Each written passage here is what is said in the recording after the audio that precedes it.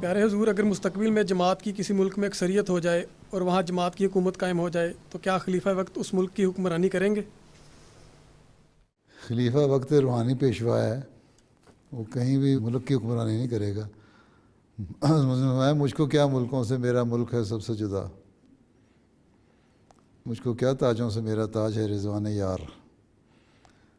خلیفہ وقت کا کام ہے کہ روحانی تربیت کرنا۔ ایک ملک میں ہو جائے گی تو دوسرے ملک میں بھی ہو جائے گی، تو وہ دوسرا ملک کہے گا آپ سے تو میں اختلاف کر ہی نہیں سکتا، خلیفہ وقت سے بیعت کی ہوئی ہے۔ پھر تیسرا ملک ہو جائے گا اور چوتھا ملک ہو جائے گا۔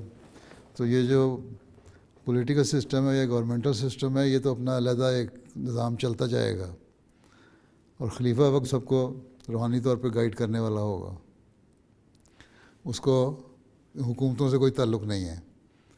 اسی لیے قرآن کریم نے بھی یہ اس طرح کی ایک بات کہہ دی کہ اگر دو مختلف گروپ مسلمانوں کے یا حکومتیں لڑ پڑیں تو ان میں صلح کراؤ، مل کے صلح کرائیں اور ان کی جنگ کو روکیں، اور اگر وہ نہ روکیں تو سختی کریں، اور جب وہ باز آ جائیں پھر ظلم نہ کرو، انصاف سے قائم کرو اور ان کو اسٹیبلش ہونے دو۔ اور یہاں مسلمان حکومتوں کا ذکر ہے، اس کا مطلب ہے کہ حکومتیں قائم رہیں گی۔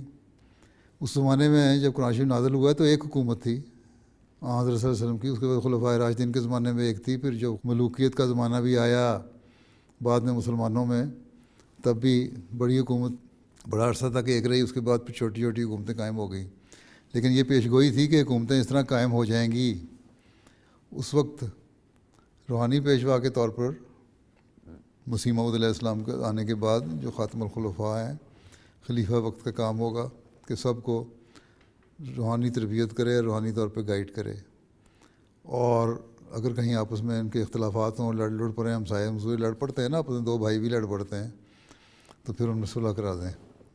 اس لیے خلیفہ وقت کا کوئی کام نہیں ہے حکومت کرنے کا۔